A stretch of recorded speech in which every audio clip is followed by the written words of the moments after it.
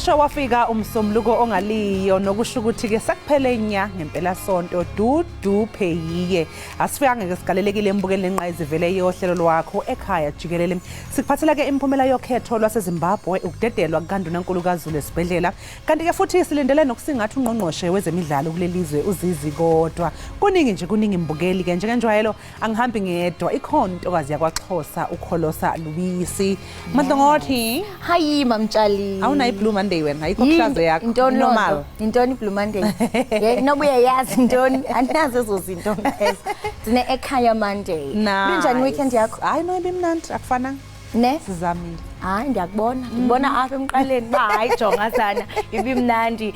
Lichilo igwijo insasa nensasa ke sivuka sibhotise siphinde sibulela uqamatha namanyange. Kokuba sibe nakho kaloku ukulibona nolusuku. Si Ekhaya Jikelela sizikuni sizakuni ke njengasiqhelo nalapho ke sithi qhi wizimuncumuncu. Inaba kaloku bana umfanekiso ngqondweni katata xa isuka eGauteng eqhakazela siziqebhe abantwana ke benje njalo kumhlangabeza sele bevuza izincwe kubawela oko kuziwe nako. Si Ekhaya Jikelele senza nqakasana olohlobo ngokuba kaloku asisoze size kuwe silambatha sonke izandla. Kalentsasa ke siniphathela konke odinga ukwazi inkqu imiba ke enokwenza nonyulo lwaseZimbabwe. Uyawukhumbula kaloku into yokubana umntwana uMangosuthu Buthelezi befinya iminyaka engama-95 njalo. Timle ke ukhalosa kaLubisi unonkanyezi uthi madlongothi xa undibiza masiyichaye iqhuma.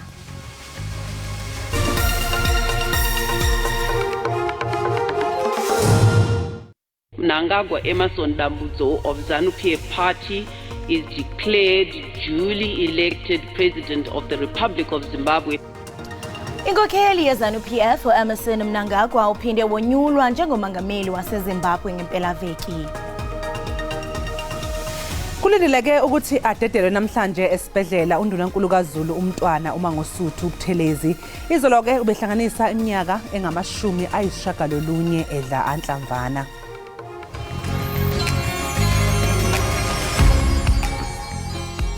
Lochani, good day. Nilochiswa ngubongi ngwakwamthweni. Ngithi kini ke babukeli ekhaya, bukelani Ekhaya Jikelele. Qobe ngamalanga kube ngumvulo, bekube ngolwesihlanu. Baniphathele zemidlalo, baniphathele Iindaba, baniphathele nomgosi Mbala. Ungaphundwa, bukela.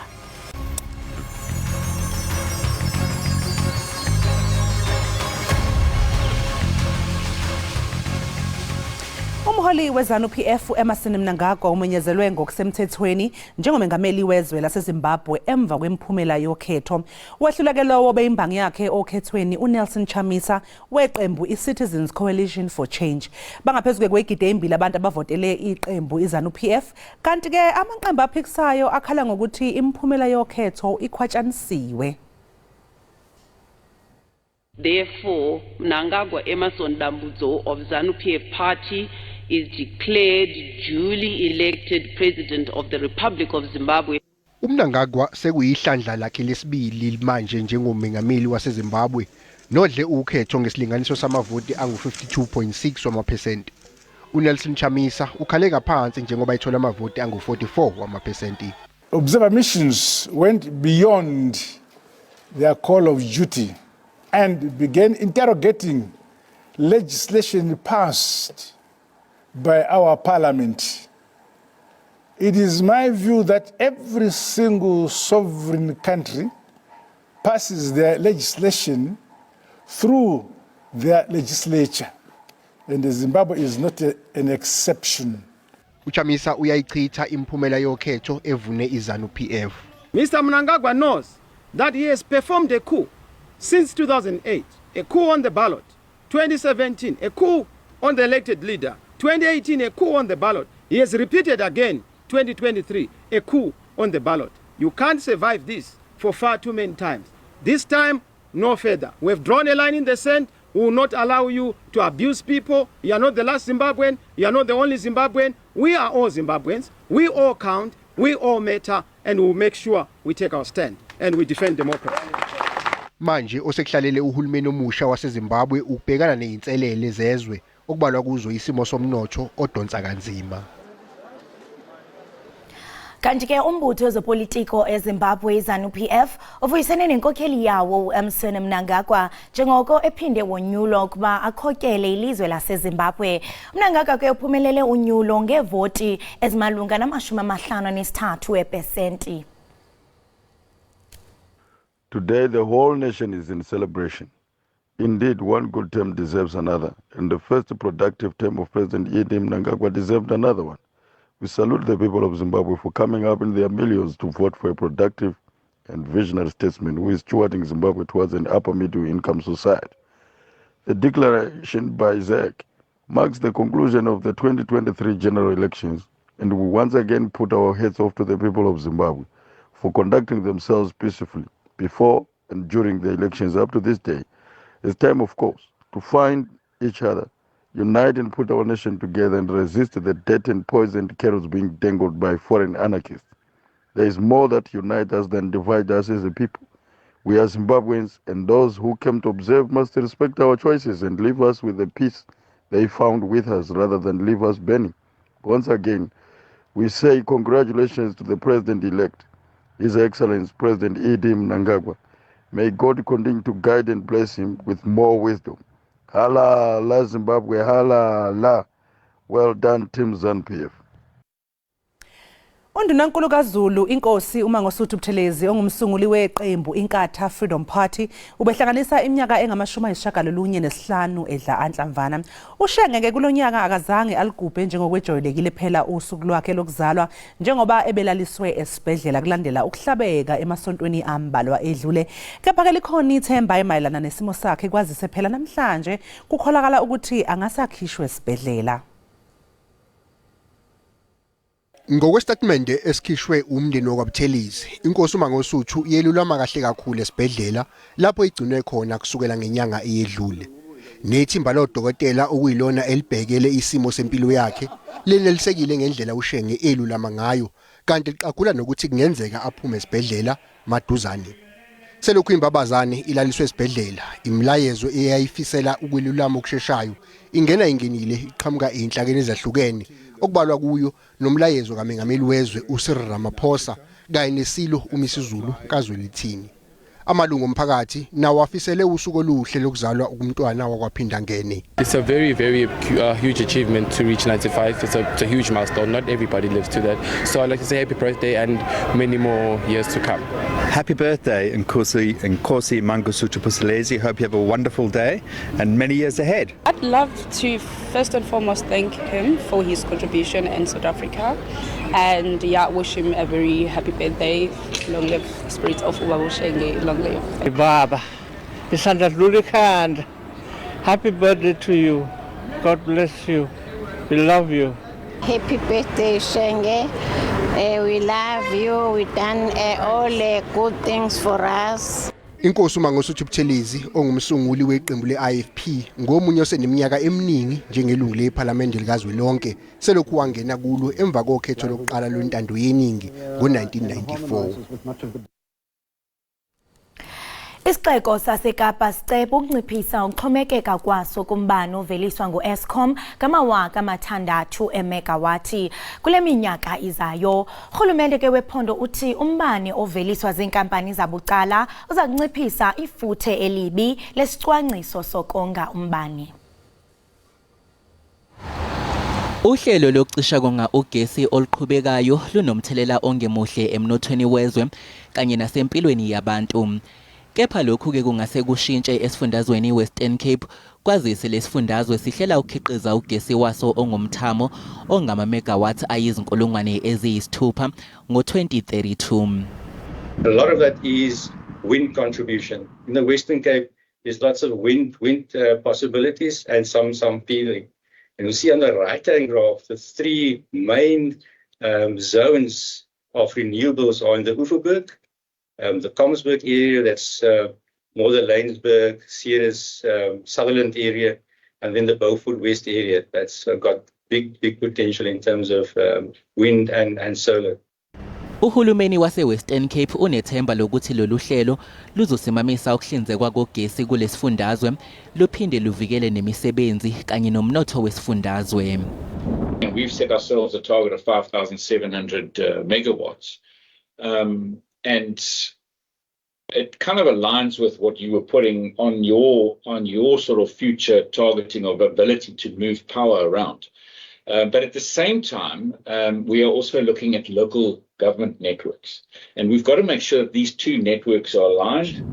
Njengamanje lesifundazwe sinamaziko amancane okuphehla ugesi olinganiselwa kumthamo oyizinkulungwane ezine zama-megawatts.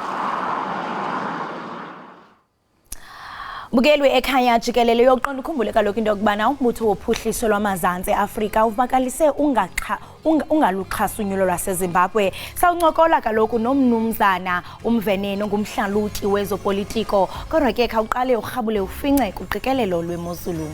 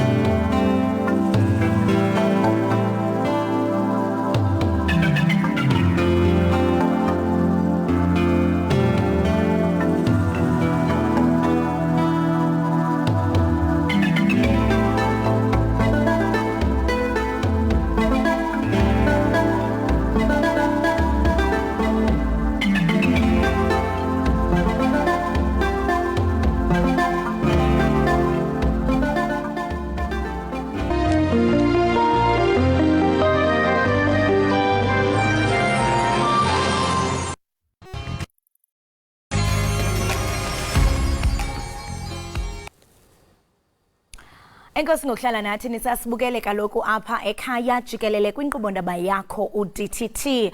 Umbutho wophuhliso lwamazantsi Afrika uvakalise ungaluxhasi unyulo lwaseZimbabwe. Abakhi-mkhanyo bayo bathi ke unyulo lophule iinjongo zedemokhrasi. Phakathi ke kwezinto ezibaxhalabisayo kurhoxiswa kweendibano zamaqela aphikisayo kunye nokoyikiswa kwabavoti. Ukuba banzi ke ngendima ye-SADC ekuqinisekiseni ukuba kukho unyulo olukhululekileyo nolungenamkhethe kwi-SADC, sithetha nomhlalutyi wezopolitiko umnumzana Mbasa Mvenene. Mnumzana Mbasa, masikubulise sikwamkele kwinkqubo yethu Ekhaya Jikelele. Sibambe ngazibini ngexesha lakho. Okay, ndiyabulela nami sisam, mandibulise kuwe nakwabaphulaphula ekhaya. Ungathi mhlambe mnumzana Mbasa ibaluleke kangakanani indima yombutho wophuhliso lwamazwe asemzantsi Afrika i-SADC imazantsi xebe ekhuthazeni iinkqubo zedemokhrasi nokuqinisekisa unyulo olukhululekileyo nolungenamkhethe kumazwe angamalungu?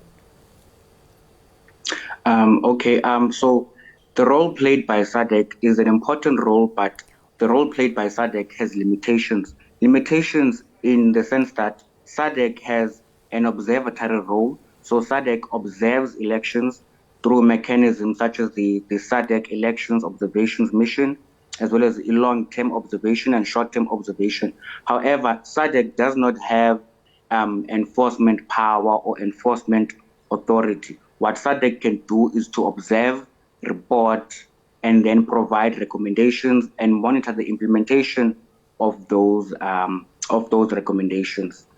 Usatsho njalo into yokubana iSADC ibeka iliso ingakumbi xa kujonga kwimiba yonyulo kuba siyabona unyulo lwakutshanje lwaseZimbabwe apho mhlawumbe abakhi imkhanyo beSADC bekhankanye inkxalabo malunga nendlela unyulo oluthe lwaqhubeka ngayo. Ungathi mhlawumbe bebekwazile into yokubana benze oko?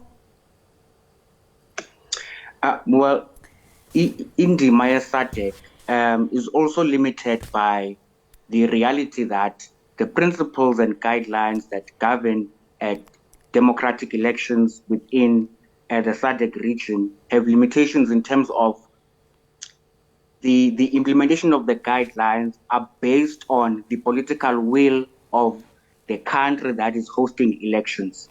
So SADC can only observe, SADC can only report.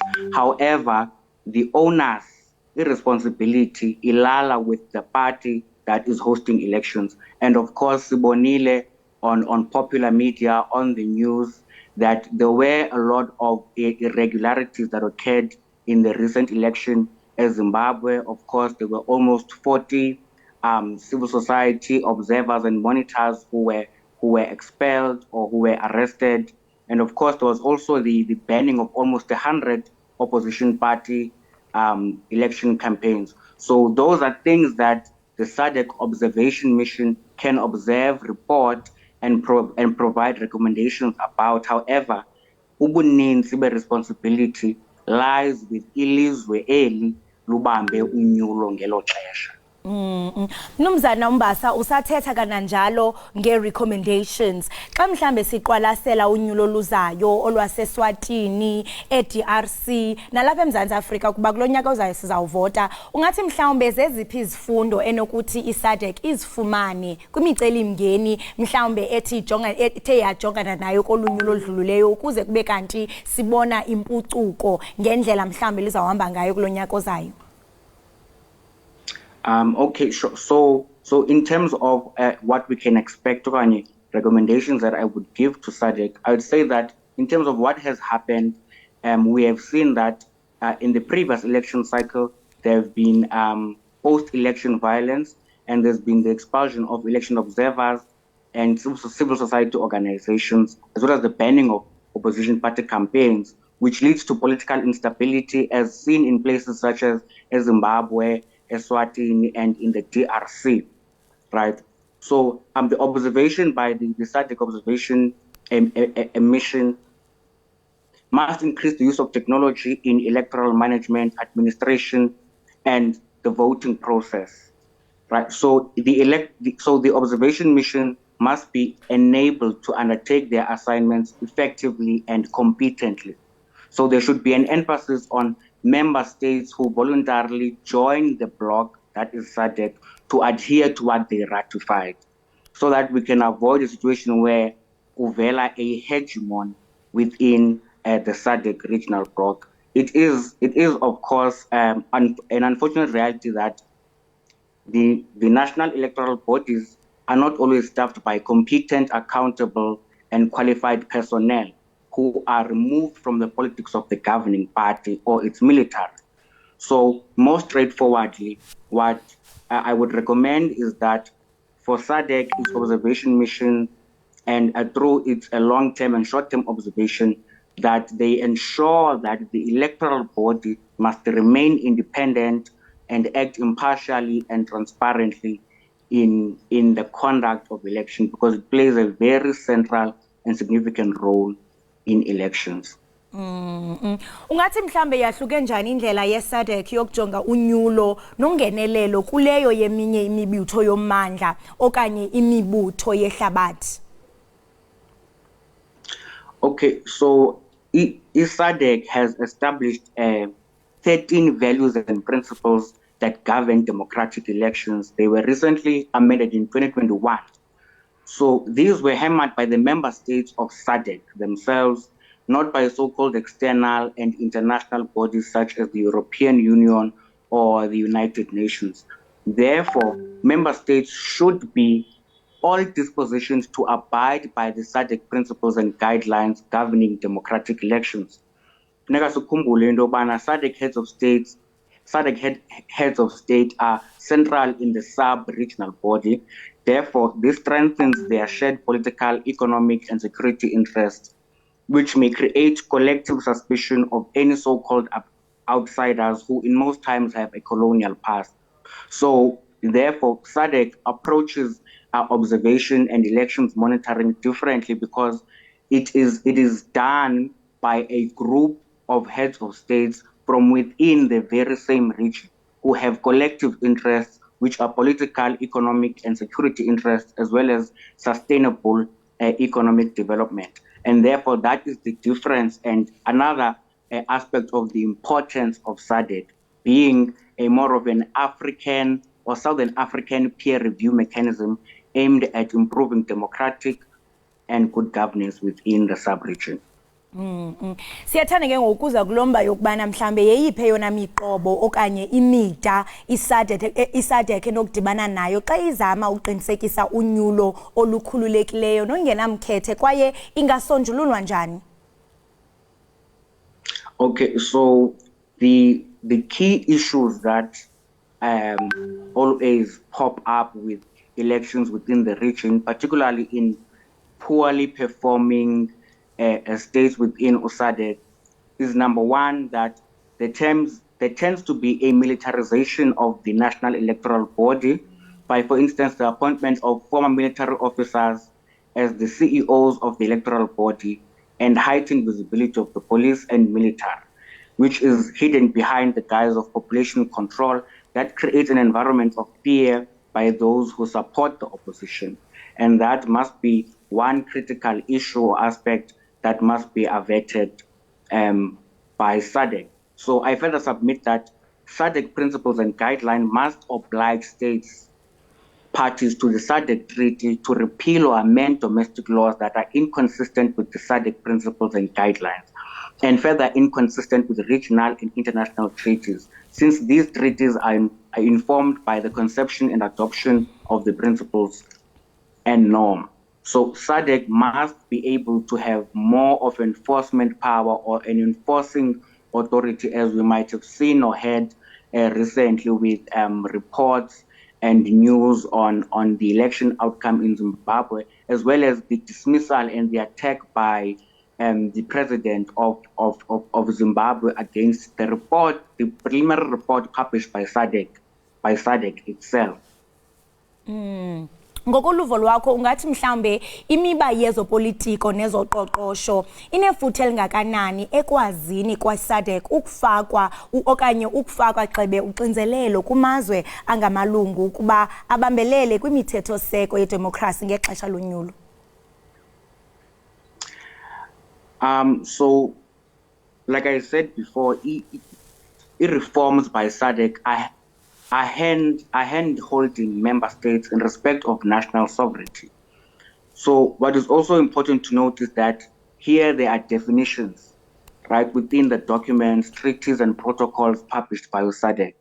And key to these definitions is that SADC's role is about observation. SADC cannot monitor or interfere or even intervene. What they can do is to report and provide recommendations. So when SADC declares elections not to be free, fair, transparent, and credible, this may cause instability in the region, which may scare away foreign direct investment or decrease investor confidence in the region, right? So as a result of this reality, then the SADC bloc might be deterred or might be discouraged from actually reporting what is actually happening on the ground or making recommendations that will be available to the public, which would then create this kind of instability and uncertainty, particularly in countries like your DRC and in countries like your Zimbabwe. Mnumzana uMbasa masibambe ngazibini ngexesha lakho ngalentsasa. Okay, ndiyabulela kakhulu. Enkosi kakhulu. Right, imbukeli wami lo besithetha naye kaloku nguye umnumzana uMbasa Mvenene ongumhlalutyi wezopolitiko. Njengoba uqondo kaloku umbukeli into yokubana mvanje umbutho wophuhliso lwaseMzantsi Afrika uvakalise ungalixhasi unyulo lwaseZimbabwe. Besithetha naye ke umhlalutyi wezopolitiko esixelela banzi ngenjongo yayo iSADC uqinisekisa into yokubana wonke umuntu mhlawumbe injongo ukuphucula idemocracy phakathi ke kwezinto ezixhalabisayo kurhoxiswa kwendibano zamaqela aphikisayo. Uye wabulala mbukeli kaloku esithi into yokubana njengoko uMzantsi Afrika uza kube elections kulonyaka ozayo, uyacebisa kaloku into yokubana iSADC kunye nemibutho ebandakanye efana no-IEC iqinisekisa into yokubana lwenza unyulo olukhululekileyo nolungenamkhethe. Kanti ngoko masithi qhwi evenkileni iqiniseka ugqusha lazi ubukele Ekhaya Jikelele.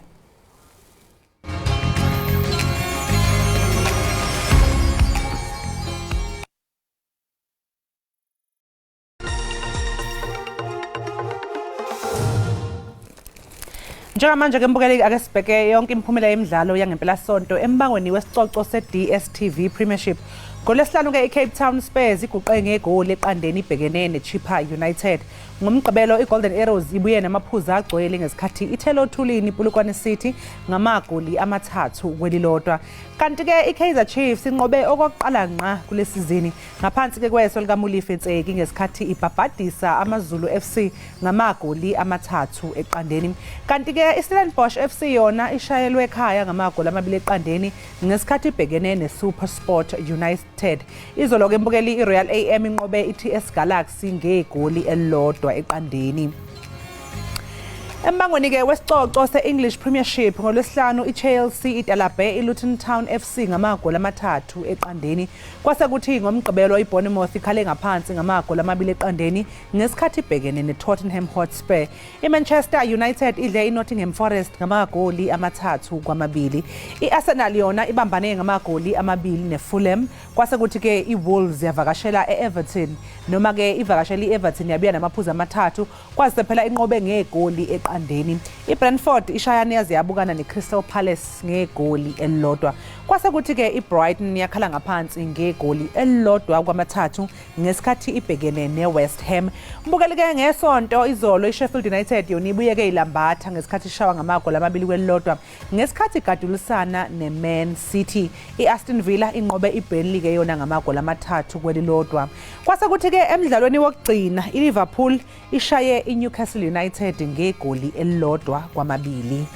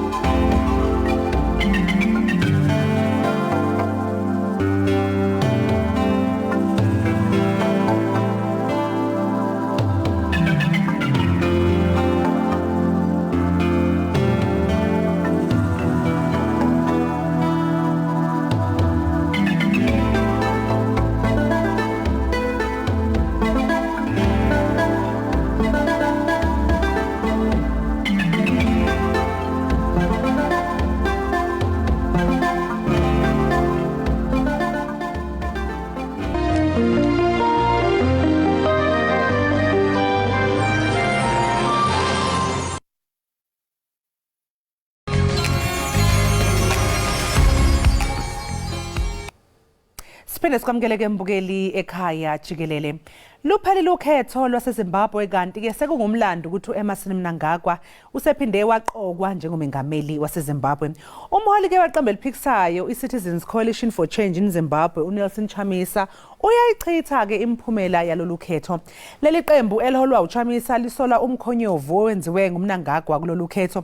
Kanti ke mbukeli njengamanje sixhumana nodokotela uVusumuzi Sibanda wesikhungo iAfrica Diaspora. Dokotela asikubingelele ke sikwamukele ohlelweni. Ngibingelele nokubalalele ngiyabonga njalo ukunxuswa.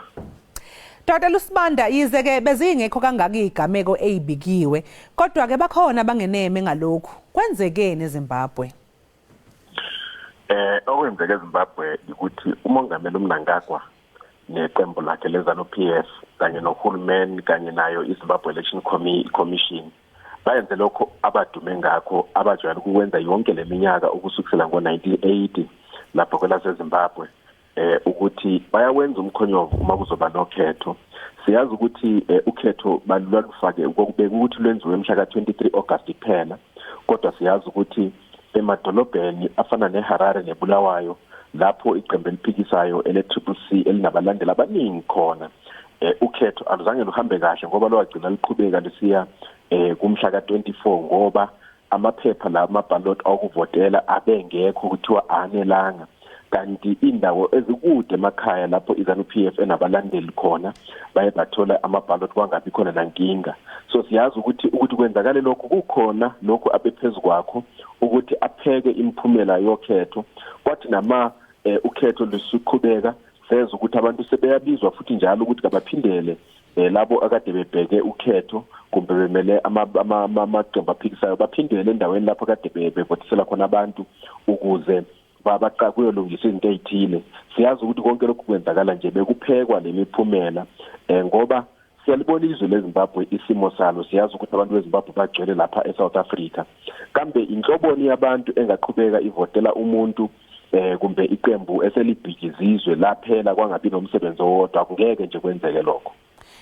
Dr. Vusi ngiyakuzwa ubalula udaba lokuthi abantu uxhaso oluningi olutholwa iqembu likaChamisa lilapha na eindaweni esemadolobheni bese kuthi ke emakhaya lena kugcwele kakhulu ke abalandeli beZANU-PF. Mhlawumbe nje ngokubona kwakho yini leyenza laba bantu baseyindaweni zasemakhaya bona beseke iZANU-PF?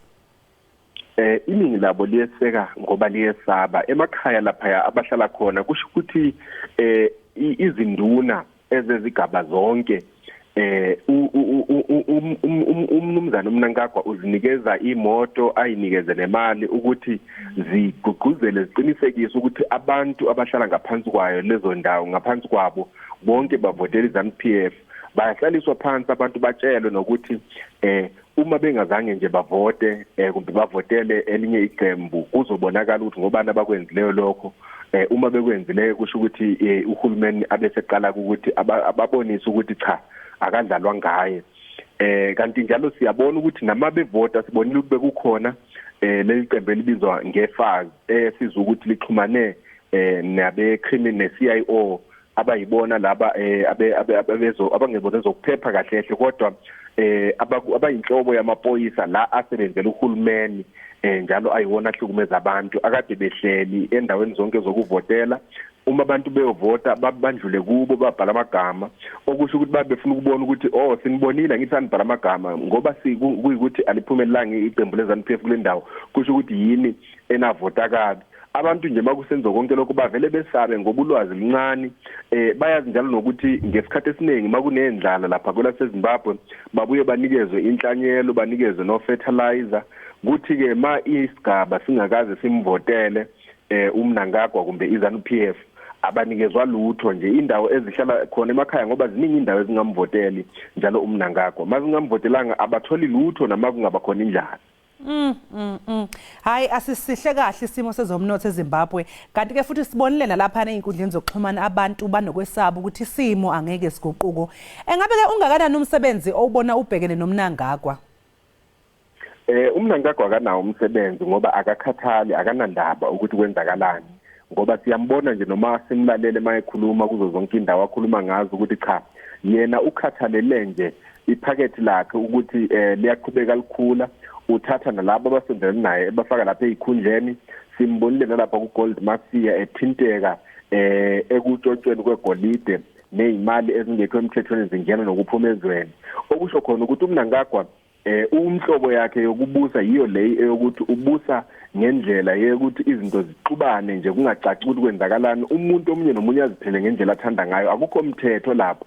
Indlela abusa ngayo njalo uMnangagwa yileyo ukuthi uyayeka abantu labo abatshontshayo batshontshe, abenza naloba yini bayenze, okwenza lokho ukuthi abayibona kahle kahle abamsekela ngokwempela yilabo abathola imali ngokungekho emthethweni, njalo abasebenza imisebenzi engacacile, ngoba bayazi ukuthi uma ilizwe lisebenza ngendlela efanele, uma nje bake ngeke bayithole le misebenzi yenkohlakalo, ngakho bengafuni nabuthi kushintshe, ngoba le indlela izwe leZimbabwe phila ngayo isinabantu abatholayo ngakho lokho, okusho ukuthi labo abathengisayo bacindezela abantu bathengise ngenteko eziphezulu. Uthole nokuthi ngesinye isikhathi kube khona ukuswelakala kwempahla ethile ngoba beyibambile ukwenzela ukuthi intengo zikhuphuke, okufana nokuthi siyakhumbula ukuthi enyangeni ezimbili ezidlule sike samuzwa ekhuluma ethi laba abangamandiya abafihle ukudla kuma store mabo ufuthi ufuna bakhuphe, ngoba manje uzohamba yobathathela lokho kudla ngoba uyazi ukuthi indlela abasebenza ngayo, kodwa ngoba besuka isikhathi sokhetho efuna kubonakala sengathi yonke into ikhona, uyangenelela ke ukuthi angabavumeli benze lokho. Kodwa nje mawukhetho liphela uyakhohlwa abantu bayiphilele ngendlela abathanda ngayo, lapho omunye nomunye enza ayithandela khona. Ngemva ke kwalemphumela yini ke engenzeka njengoba phela sazi ukuthi ke amaqembu ezombusazwe lawa aphikisayo ayichitha lemphumela?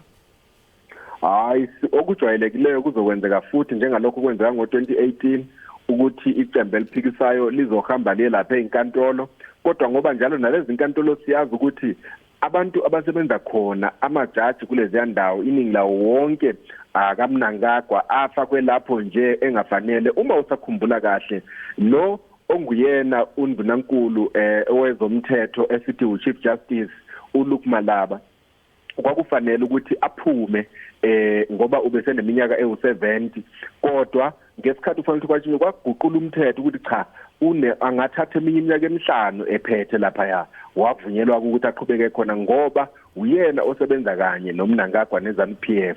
Kanti siyazi ukuthi nalaba owayephethe icala lokuthi kumbe indaba yokuthi yena uMnangagwa wavunyelwa ukungena ngo2017 uye wakhutshulwa ke waba isiphathamandla senkantolo ephakeme iHigh Court, upresident wakhona lo uGeorge Jweshe. Okusho khona lokho ukuthi bonke abaphethe lapha nje izinkantolo amajaji wonke asepaketeni likaMnumzana uMnangagwa ukuya nje izinkantolo kufana nokudlala, kufana nje nakho ukuya kulolu khetho iqembu eliphikisayo bekufanele libe kwazi ukuthi cha ngeke nje kube nenguquko eZimbabwe edalwa lukhetho. Manje ke njengoba sazi ukuthi ke neSADC nayo ithe ukulibeka amabala lolukhetho, ingabe kukhona ke yini okungenziwa yiSADC ngalolukhetho ikakhulukazi ngoba phela kunezikhalo ukuthi siyazi ukuthi umsebenzi weSADC ukuthi iyoqapha ibheke ukuthi ngabe ukhetho luhamba kahle lukhululekile njalo njalo. Uma ngabe bebona bephikisana bona bethi cha lolukhetho belunamathize thize belunamabala lapho nalapho, then where to from there? Into siyazi ukuthi iSADC inalokho esikubiza ngetroika, inhloko ezabumongameli abathathu eziphethe lapha ya. Okwenze lo nyaka iSADC yanelise ukuthi ikhiphe umbiko osho kahle ukuthi kwenzakalene, kungenxa ekamongameli waseZambia uHH lo naye okwahlukumezeka kakhulu okweminyaka cishe ngamashumi 20 eliqembu eliphikisayo, kodwa bemenzela naye imkhonyovo aboshwe nokuboshwa ukuze angaphumeleli ngoba uyena oqoke lo uDr Neva Mumba ukuthi abe uyena ohola leli thimba leSADC, ongazange avuma ukuthi ethiswele asho ngqo lokho kwenzakeleyo. Sibonile ukuthi nalo obese ngumongameli wase Mozambique phambilini uJokham Mtshisano uzwakale naye ukungajabuli ngalo mbiko, kanti njalo bonke nje siyabazi nje lapha eSADC ukuthi into abadume ngayo badume ngokuthi ma ukhetho lwenziwe bavele nje babheke eceleni kungaze kwenzakale ini, ayikho into ezokwenzeka. Iphelile ke le ndaba, ayikho futhi into angayenza uHH ngoba phela kuzofuneka ukuthi iSADC ihlale phansi iTroika lo owayesengumholi weSADC ngonyaka ophelile naye ongumongameli nalo ozoza bahlale phansi baxoxisana ukuthi manje kwenziweni siyazi ukuthi nje cha bazohambisana nomNangagwa ayikho enye into esingenzeka kusuka lapha. Kunabantu abaningi ke baseZimbabwe bahlala lapha eNingizimu Afrika Dokotela uSibanda uma ngabe ke ubuka bacabanga nje nesimo saseZimbabwe ingabe mhlawumbe singababona yini bebuyele emakhaya ekuhambeni kwesikhathi? Abantu beZimbabwe siyazi ukuthi kunalo 178,000 onama permit lawa akade kubizwa ngama ZEP akaba senkantolo njengamanje ngoba belwisa ukuthi kabangaphindele eZimbabwe ngoba isimo sisibi. Ukuphumelela kaMnumzana uMnangagwa kuyenze nje yabambi kakhulu lento. Abantu abaningi bebenalo ithemba lokuthi iTPC ibukeka ngathi inabantu abaningi njalo becabanga ukuthi mhlawumbe sokungenzeka ukuthi iTPC iphumelele inqobe okusho ukuthi bebezimisela ukuthi uma kungenzeka phela kusho ukuthi nemisebenzi nokuthi bayiphilele bangahamba lapha yakwela seZimbabwe. Kodwa awubheka ukuthi inkinga ebhekane nabantu baseZimbabwe ukuthi okokuqala nje iZimbabwe ayinayo imali eyisebenzisa engeyayo. Okusho lokho ukuthi abantu noma belapha eZimbabwe bahlupheka nje ukuthi noma usebenzile umuntu athola imali ecacileyo kuthi nalabo abasebenzayo ukuthi basebenza kuhulumeni ngoba kuhulumeni kuphela nabantu abasebenzayo azikho inkampani kwela seZimbabwe. Kusho ukuthi labo bantu imali abayihola incane kakhulu bekuvelile nje ngonyaka ophelileyo ukuthi ngenxa yokuthi kuye kwasetshenziswa imali yaseZimbabwe le abayibiza ngebond abantu bebehola imali elingana no $70 bagcine sebeli umholo womuntu usilingana no $7 okusho ukuthi umuntu mhlawumbe besefana nokuthi umuntu owuthisha uhola imali elingana no 140 rand 140 not 1000 rand 10 okusho ukuthi akekho umuntu ofuna ukuphila kuleli yazwe. Abantu baphila eZimbabwe ngoba abanayo enye into abangayenza kodwa impilo ayikho nje lapha ya. Manje ngokwakho kubona Dr. Vusumuzi ubona ukuthi ithemba leZimbabwe lilelephi ikuphi mhlawumbe okumele ukuthi kwenzeke ukuze isimo saseZimbabwe sishintshe? Ngiyazi ukuthi ke ngokubona kwakho kungaba ukuthi umengameli okhona eMnangagwa aphume esihlalweni ingene mhlawumbe elinye iqembu kodwa njengoba sibona ukuthi unyaka nonyaka ngathi lokho kunzima ukuthi kwenzakale iyiphi enye alternative mhlawumbe esinye isisombululo esingasebenza ukuze iZimbabwe ibonise esimweni esingcono? Into zokwenzakala ngicabanga ukuthi engaguqula izinto zaseZimbabwe kuzofanele ukuthi kwenzakale mhlawumbe into ezingajwayelekile njalo abantu abangathanda ukukhuluma ngazo okufana nalokho sesibone kwenzakala kubo Niger nakubo Burkina Faso kwi-Sahel region ukuthi iqembu kahlehle asingakhulumi nje ngomNangagwa kuphela ngoba inkinga yaseZimbabwe yiZANU-PF ngoba yilabantu abathatha lelizwe balenze inkampani yabo bayenza umathanda ngalo okusho lokho ukuthi ukuze kube nenguquko lapha kwaseZimbabwe ingeke iphume kuZANU-PF ngoba laba bantu ayikho indlela abayaziyo yokubusa ngaphandle kobusela nokubulala izwe okusho ukuthi kuzodingeka khona ukuthi mhlawumbe kube khona umvukela obusuka ngaphakathi kwayo yona iZANU-PF mhlawumbe osuka kuleli butho kodwa siyazi njalo ukuthi inkinga ngeyokuthi ibutho labo abaphethe ibutho ubakhokhela kahle ukuze baqiniseke ukuthi labo abalandelayo bacindezelwe ngeke baphinde bavukelane nawo lo mbuso okusho khona ukuthi ithemba leZimbabwe eqinisweni lingatholakala ekuthini abantu beZimbabwe bagcine bethi okungasikufa ikuphi bathathe nabo ezabindu kuphela kuvele nje kube yimpi nje kwaphela yilona akuyona inkulumo ejwayelekile lena kumbe ethandwa nawubani kodwa uma sibhekisisa kahle ngemva kweminyaka engamashumi 43 kubusa iqembu leZANU-PF libulala leliyazwe ekade sisazi ukuthi belibizwa ngokuthi i-bread basket of Africa ukusukisela ngo-70 lapho kusiya ko-1980 kodwa namhlanje sokubizwa ngokuthi yindlu yendlala i-house of hunger kusho khona ukuthi ukuze kube nenguquko kuzofuneka impela ukuthi kube nendlela yokuthi kuphume iZANU-PF njalo uma amaqembu elapha yaphakathi anelise ukuthi abekwazi ukuthi abantu bazokwakhipha kodwa njengamanje akwaziwa lokho sizwile nomcwangwa lo osengu-ambassador la eMozambique esithi bona izwe leZimbabwe balilwela umuntu olifunayo akalilwela ukuthi alithathe. Sibonga kakhulu ke Dokotela uVusumuzi Sibanda ngesikhathi sakho sekufisele nosuku oluhle. Nami ngiyabonga nibe nosuku oluhle. Mbukelekelo besixoxisana naye uDokotela uVusumuzi Sibanda wesikhungo iAfrican Diaspora ebesixoxisana naye mayilana nemphumela yokuvota yaseZimbabwe. Njengamanje ke mbukeli ake sithi nje ke shwi sibheke lapha ukuthi kumi kanjani ey'tolo.